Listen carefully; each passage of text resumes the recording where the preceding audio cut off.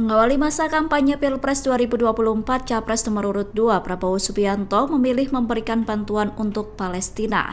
Prabowo menyerahkan bantuan kemanusiaan untuk Palestina sebanyak 5 miliar rupiah.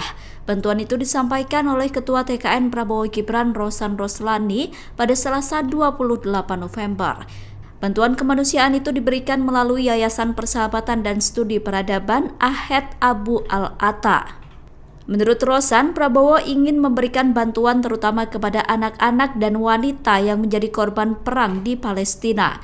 Dengan bantuan itu diharapkan warga sipil bisa bertahan dari kebutuhan pangan dan lainnya. Rosan mengatakan pemberian bantuan kemanusiaan itu merupakan wujud komitmen Prabowo kepada Palestina.